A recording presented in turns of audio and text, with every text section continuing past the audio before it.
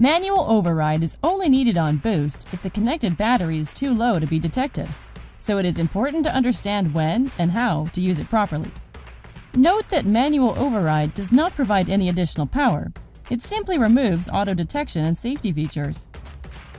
If the unit is powered on and the charge LEDs do not chase, it means that boost is not detecting a battery. A solid connection is crucial for jump starting, so first, check that the clamps are properly secured. A bad connection could be causing the problem. If the clamps are properly connected and the charge LEDs still do not chase, this could mean that your battery is under 2 volts and cannot be detected. In this case, manual override is required to jumpstart the vehicle. Before continuing, remember that activating manual override will disable safety features, including spark-proof and reverse polarity protection. Manual override should only be used with extreme caution. To activate manual override, press and hold the manual override button until the charge LEDs start to chase. The charge LEDs will chase, indicating boost is ready to jumpstart. Start the vehicle. Once the vehicle is on, power off boost, then disconnect the clamps from the battery.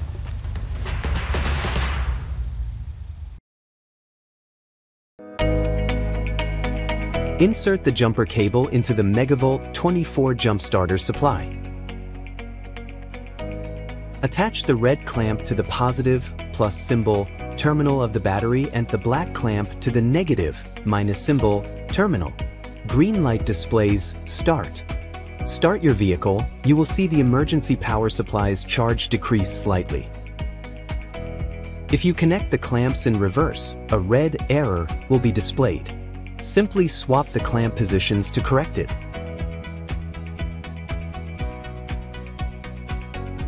If a regular start fails or low appears on the screen, it indicates the car's voltage is below 9 voltage. Press and hold the boost button for 2 seconds to force start the vehicle. If out and IN flashes, it means the core temperature is too high. Disconnect the device and let it cool. It can resume output once the temperature drops to 45 degrees Celsius / 113 Fahrenheit scale. When charging your phone or other electronic devices, out will light up on the screen, indicating that discharge has started. When charging the megavolt 24, IN will light up, indicating that the device is charging. The maximum charging power for this jump starter is 65 watt. Jump-starting a vehicle using the NOCO Boost X GBX75 can be done in 3 simple steps. First, attach the clamps to the battery, red to positive, black to negative. Next, power on the unit. The charge LEDs will chase, and the boost LED will illuminate, indicating that Boost X has detected the battery and is ready to jumpstart. Start the vehicle within 60 seconds before the internal timer powers the unit off. Repeat if necessary. Once the vehicle is on, power off the unit and disconnect the clamps from the battery.